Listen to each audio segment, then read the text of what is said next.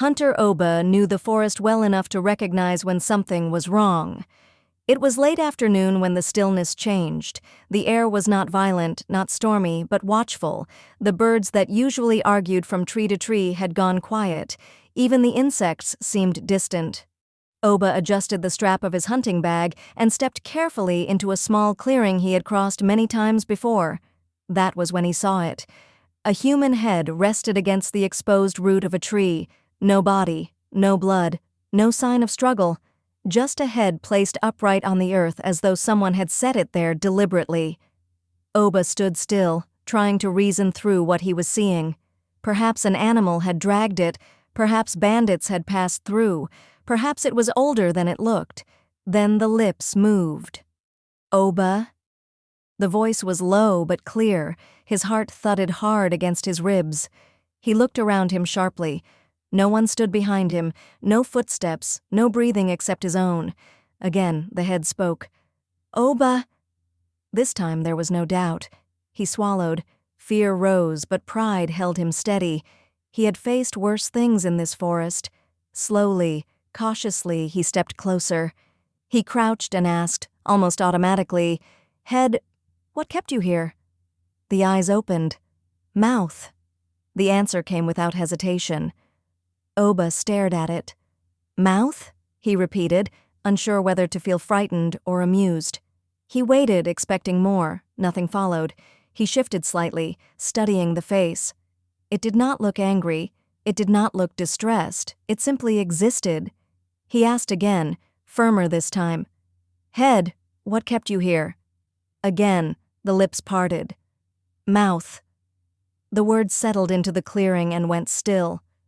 Oba let out a short breath through his nose. The strangeness of it unsettled him, but the answer itself seemed harmless. If this was a spirit, it was a strange one. If it was a riddle, it was poorly told. He stood. Whatever this was, it was too unusual to keep to himself. A talking head in the king's forest was not something a man concealed. The king needed to know. The palace would decide what it meant. Oba left the clearing with urgency, unaware that the answer he had received twice was already enough. The king listened without interrupting. When Oba finished describing what he had seen, the palace courtyard had fallen silent. "You expect me," the king said slowly, "to abandon my throne because a head called your name." "It spoke, Your Majesty," Oba insisted. "Twice. I asked it why it remained there. It answered." "And if you lie?" the king asked. "I do not lie." The king rose. "If this is false," he said evenly, "you will lose your life for dragging your king into foolishness."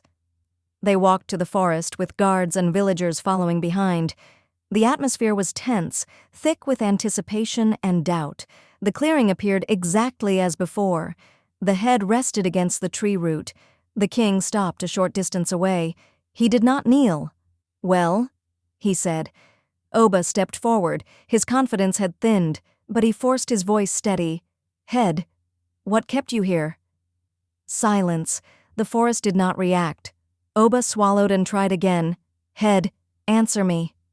Nothing. A ripple of unease passed through the villagers. Oba felt heat rise to his face. He turned slightly toward the king, then back to the head. "It spoke before," he said quickly. "It called my name. It answered me." The king's expression hardened. Oba dropped to his knees before the head. "Please," he whispered. "Speak again. Just say anything." The silence pressed harder. Tears welled in his eyes. His voice broke.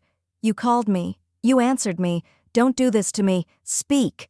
He leaned closer, his shoulders shaking now. "Head, I beg you, say it again. Say what kept you here." Nothing. The king did not raise his voice when he gave the order. The execution was swift. Oba's body collapsed, and his head fell beside the one that had once whispered his name. For a moment, there was only the sound of shifting feet and controlled breathing. Then, when judgment had already been carried out, when it was too late for pleading or explanation, the original head spoke. "Mouth." This time the word carried weight. Those who heard it understood what Oba had not. He had been told the reason from the beginning. It was not the forest. It was not spirits. It was not fate. It was his mouth. He had seen something extraordinary and felt compelled to announce it, to prove it, to show others, to draw attention to what could have remained between him and the trees. Some things demand silence. Some mysteries are not invitations for display. And a mouth that cannot restrain itself can cost a man his life.